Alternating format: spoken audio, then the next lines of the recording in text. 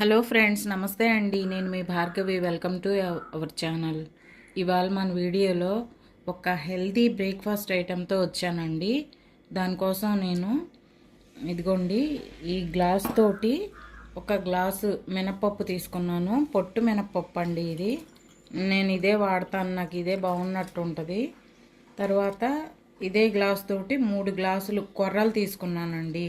Night శుభ్రం చేసేసి వీటిని నానబెట్టాను. ఇవైతే కడుక్కోవక్కర్లేదు, మంచినీళ్ళు ఇలా డైరెక్ట్గా రుబ్బేసుకోవడమే. దీంట్లో ఇంకా 1 స్పూన్ మెంతులు కూడా వేసానండి. ఇగోండి మెంతులు. ఇప్పుడు ఈ పప్పు కడుక్కుని నేను గ్రైండ్ చేసుకుంటాను. ఇది కడిగే లోపల ఒక అర గ్లాసు అటుకులు కూడా నానబెడతానండి. ఇదే గ్లాస్తో అర గ్లాసు అటుకులు కూడా నానబెట్టి రుబ్బుతూ మీకు చూపిస్తాను. వేసానండి, గ్రైండర్లో వేస్తున్నాను.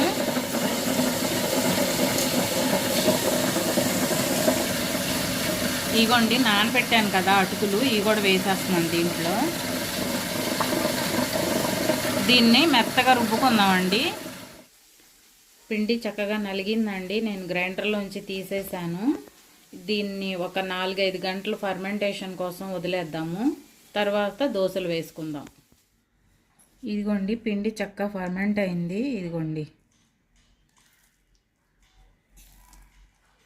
దీన్ని ఇది మనకి ఎంత కావాలో అంత వేరే గిన్నెలోకి తీసుకుని కొంచెం సాల్ట్ కలుపుకుందాం. దీనికి సరిపడా సాల్ట్ వేస్తున్నాను. దీన్ని బాగా కలిపేసి దోశలు వేసుకుందాం. దోశ వేసుకుందామండి. ఇప్పుడు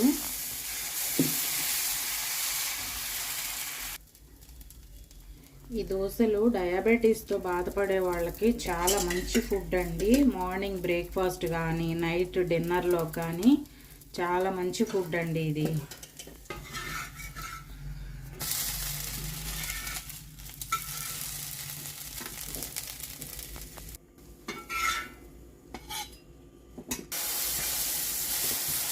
ఈ కొర్రలు మధ్యాహ్నం లంచ్లో కూడా అన్నంలాగా వండుకొని కూడా తినొచ్చండి. అలా తినలేము అనుకున్నోళ్ళు ఇలా కూడా ట్రై చేయొచ్చు. ఎలా అయినా సరే మన ఆహారంలో తీసుకుంటే షుగర్ అనేది బాగా కంట్రోల్లో ఉంటుందండి. దానికోసం అని చెప్పని నేను అలా రైస్ లాగా కాకుండా ఇలా ట్రై చేశాను.